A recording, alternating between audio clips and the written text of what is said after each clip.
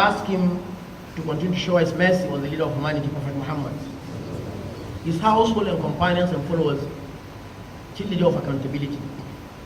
Today we are discussing a personality among the companions of Prophet Muhammad by name Umair bin Wahb.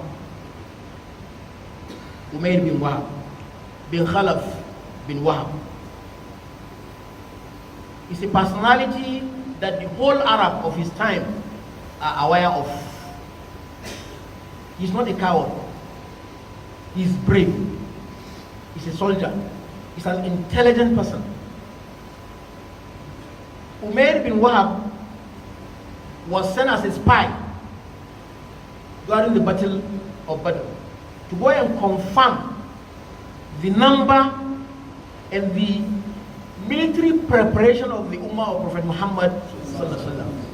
Before selecting him, they are aware he can discharge the duty. There is no responsibility assigned to Umair except he is successful in the assignment. That's why Meccans are conscientious of the intelligence and the braveness of Umair bin Wahb. And he accepted. And he went to the Muslim camp. By mere seeing them from a distance, he was able to confirm their number and in fact even their strength, their abilities. When he came back, he told them, he said, based on my analogy and analysis, they are going to be around 300 in number, either a little higher or lower.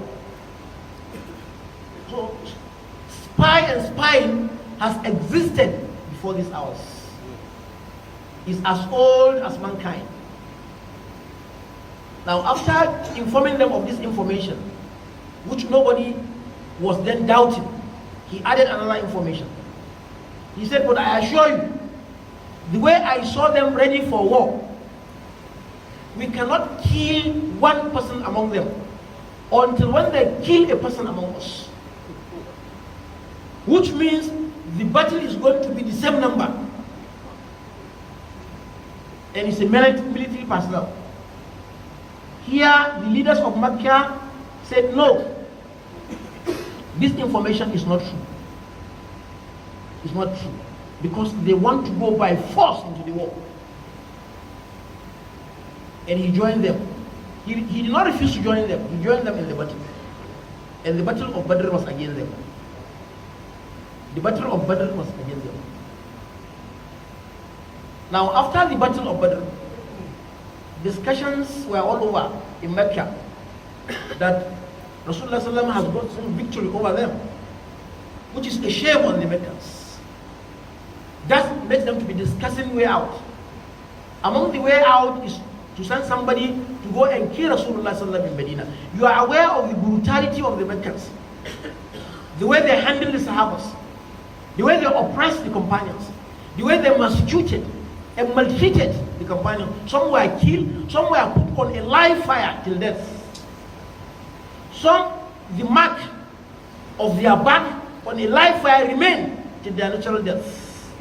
That was the case of the Meccan period. It was a total brutality by the regime of Mecca. And that's why nobody can open his mouth to tell you that you as a Muslim, you are violent in nature, you don't tolerate.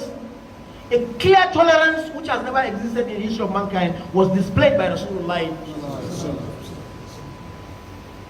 And even the Orientalists, who are not Muslims, writing about our history, has documented purely with no argument that Rasulullah left Mecca for Medina because of the brutal nature of the regime. We are easygoing people. We are simple individuals. We are people of tolerance. We mind our businesses. And that is actually our background. And it should remain and continue. Now, Umair was sent to go and kill, assassinate Rasulullah. Sufwan was very rich. Umair was poor. He said, what will prevent me from killing Rasulullah is because of the liability of my family and the debt of me. And Sufyan assured him, I will settle that. What my family is eating is what your family is going to eat in your absence. And I'm settling your debt right away. And he did. They were sincere to their kufr. Some Muslims were not sincere even to their Islam. Look at the opposite.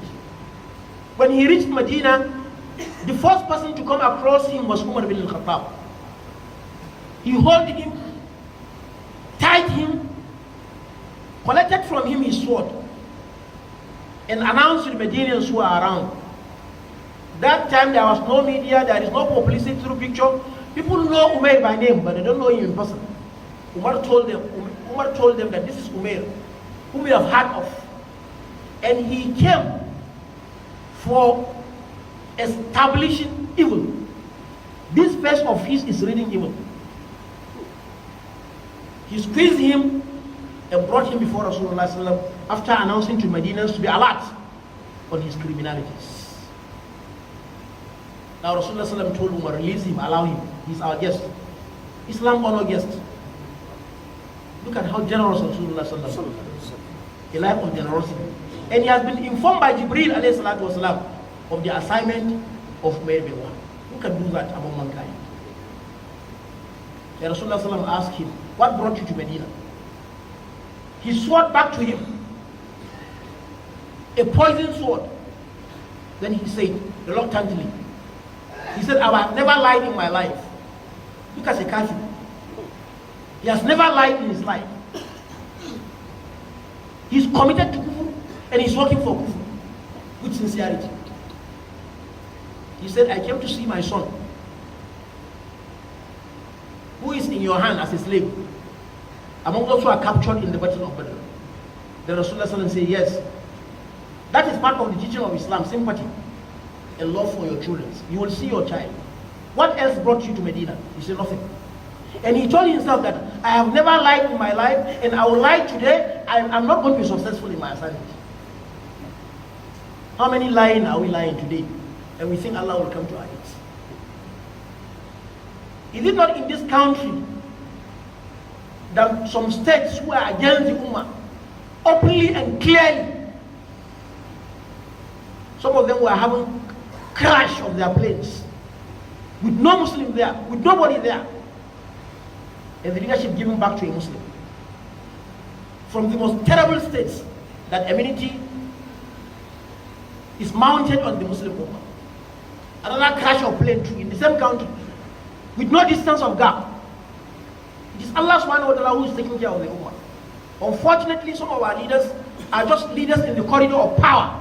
They have no actually any meaning to leadership. Now, that will not deter Muslims to make their own contribution. It is that contribution Allah is using to deal with situations accordingly. Now, the war is by the door. The Sahabas has given their lives. Rasulullah has displayed it clearly.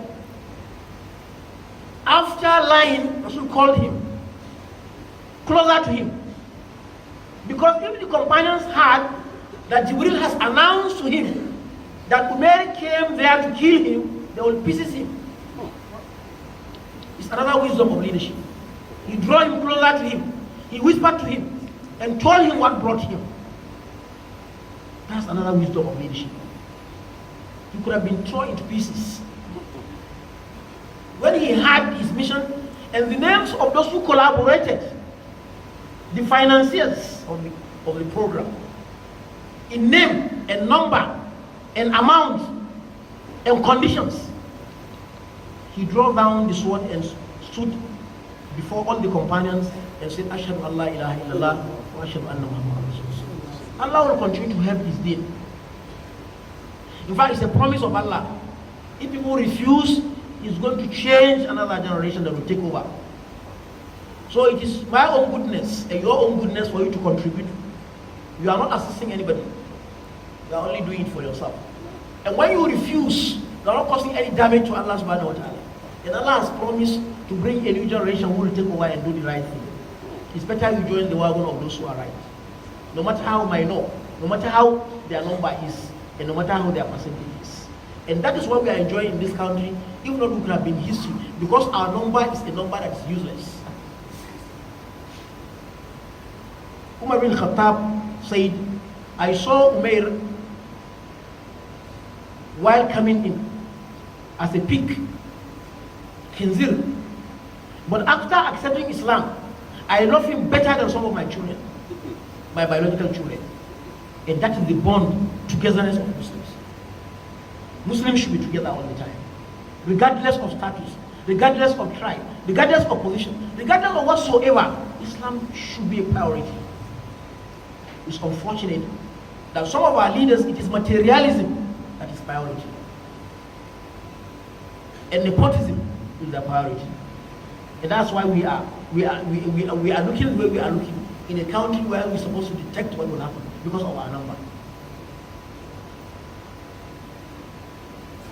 Brothers and sisters, tomorrow is another day.